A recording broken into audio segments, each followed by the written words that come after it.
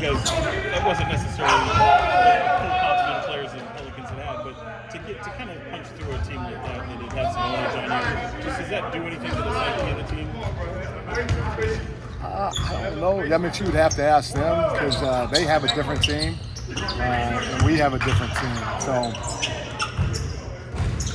I don't know. Yeah, I don't. Maybe, but I wasn't thinking about it that way because again, Valanciunas isn't on the floor, Zion's not on the floor, Brandon Ingram's not on the floor. DeJounte Murray's on the floor who wasn't there last year. Alvarado. So I don't know.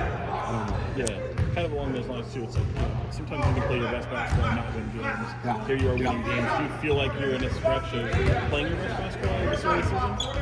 We've played the right way more minutes than not, and that's what you like to see. You like to try to keep increasing the minutes that you're playing the right way by embracing all the little things that may not show up in a stat sheet or may not be visual to the naked eye if you can help it. So I like the way we're touching the paint and trying to spray the basketball. We didn't do that against New Orleans in the first half. We had 9 assists. In the second half, we started touching the paint and spraying it, and I think we ended the game with 24 or something like that. It's a big difference. It's 15 assists in one half, and that's more like us, even though we didn't shoot the ball well. Defensively, we're doing some little things, especially in our pick and roll game, in our closeouts, that don't show up in any stat sheet, but it's the way we're supposed to defend, and our guys are starting to pick it up now a little bit better.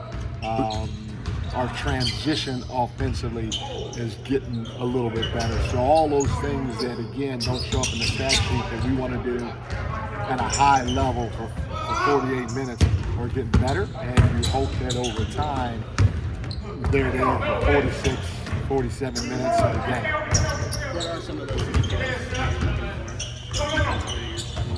Just in the pick and roll game, helping with the big, with the big rolling, making sure we stand them up,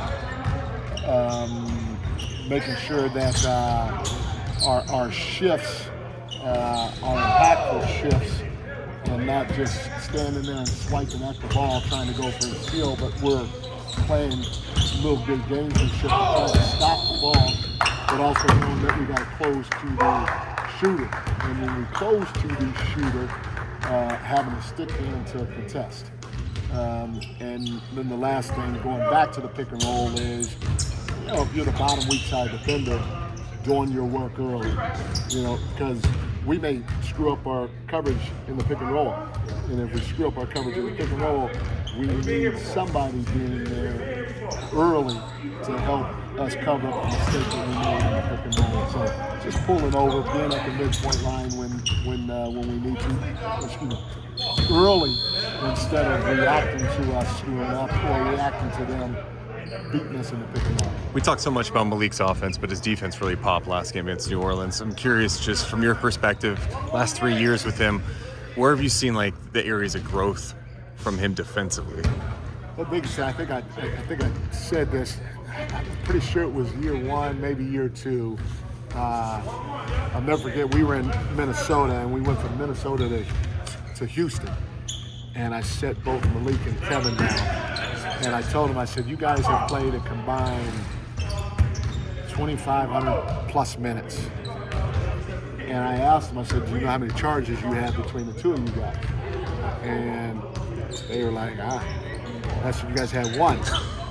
And I said, do you remember the charge? And they were like, no. I said, Malik was coming from the weak side to the strong side to help on a drive, and he tripped. And when he tripped, he stood up, he caught himself and stood up and got ran over. I said, that was the 1 charge. Fast forward, Malik took it to another level. He started getting charges, he started going vertical. Now, Kevin didn't get charges, but he was better with his verticality. Malik took it to a higher level than Kevin by getting charges and also going vertical. And so having a level of physicality off the ball is one of the biggest steps that Malik has improved upon. while also doing your work early. Because if you don't do your work early and having awareness on the weak side, you're not getting there to take a charge. You're not getting there to go vertical. So that's probably his biggest area. And then, Malik, he is a little longer than what you think. For sure, he is more athletic than what you think. He's quicker than what you think. And so all of that with his intelligence bodes well for him to be a really good defender. It's just a matter of whether or not he wants to or doesn't want to, in my personal opinion.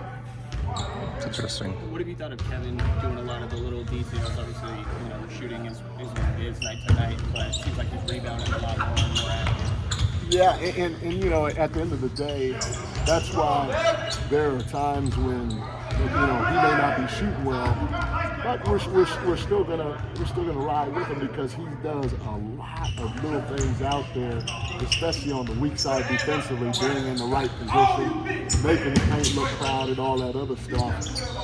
He does a lot of those things that we really, really like, and he's a pretty big guard too.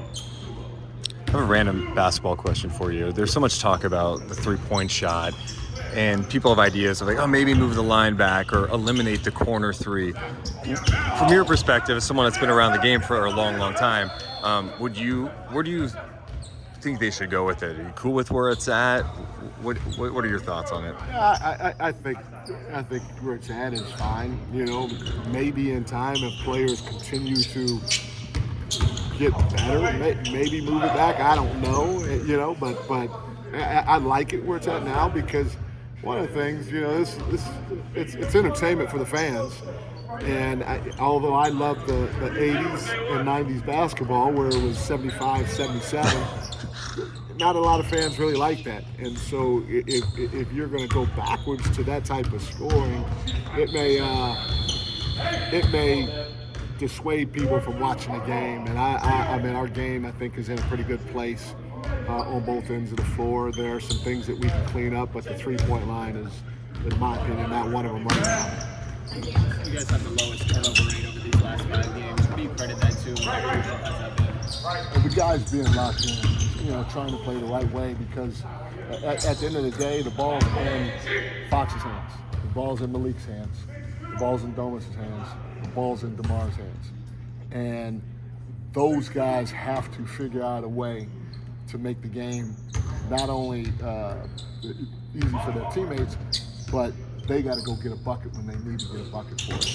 And if you have that level of responsibility, then your ability to lock in has to be to another level in order for us to be good in that department. Because we can't have those guys, or everybody say, hey, well, they got the ball in their hands a lot, so they're going to, no. If you got the ball in your hands and you're getting paid to have the ball in your hands, then part of making the game easier for your teammates, part of going to get a bucket for yourself, is taking care of the ball too. And I credit those guys for locking in and doing their job because if they don't, I'm gonna say it.